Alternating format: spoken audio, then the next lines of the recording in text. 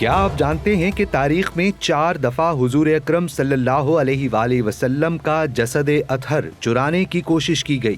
اس سلسلے کی سب سے بڑی سازش صلیبی جنگوں کے دوران کب اور کیسے رچائی گئی؟ نصرانی یہ گھناؤنی حرکت کیوں کرنا چاہتے تھے اور اسے کیسے ناکام بنایا گیا؟ بتائیں گے آپ کو سنو مسلم کی اس لیٹسٹ ویڈیو میں۔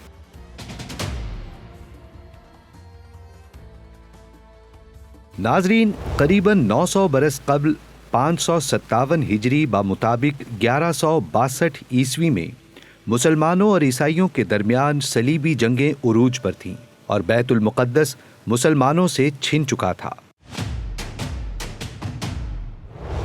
اس دور میں عراق، شام اور مصر کے موجودہ علاقوں پر سلطنت زنگی قائم تھی، جس کی حکمرانی نور الدین زنگی کے پاس تھی۔ دمشق ان کا پایہ تخت تھا۔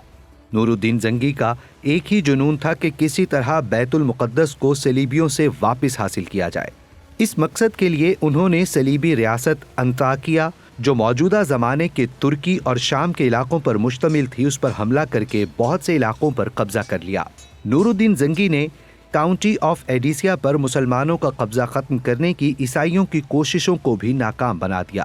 اس دوسری صلیبی جنگ میں فتح کی بدولت ہی مسلمان تیسری صلیبی جنگ میں کامیاب ہو کر بیت المقدس واپس لینے میں فتح یاب ہوئے۔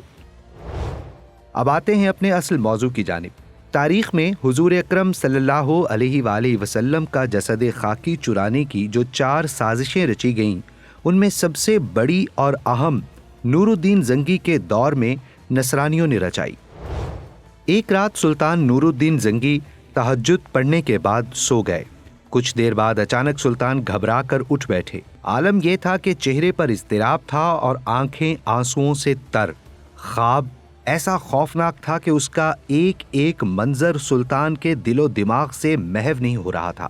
مسلسل استغفار کے بعد سلطان خود سے ہم کلام ہوتے ہوئے کہتے ہیں، میرے جیتے جی کوئی ستائے، یہ ہو نہیں سکتا۔ ناظرین، سلطان نور الدین زنگی نے دراصل خواب میں آپ صلی اللہ علیہ وآلہ وسلم کو جلوہ افروز دیکھا تھا۔ سلطان نور الدین زنگی نے دیکھا کہ نبی اکرم صلی اللہ علیہ وآلہ وسلم 2 افراد کی طرف اشارہ کر کے فرما رہے ہیں، یہ 2 آدمی مجھے ستا رہے ہیں، ان کے اس شر کا خاتمہ کر دو۔ بادشاہ نے فوراً اپنے دانشمند وزیر جمال الدین موصلی کو طلب کیا اور اپنا خواب بیان کر کے فوراً مدینہ روانگی کا حکم دیا۔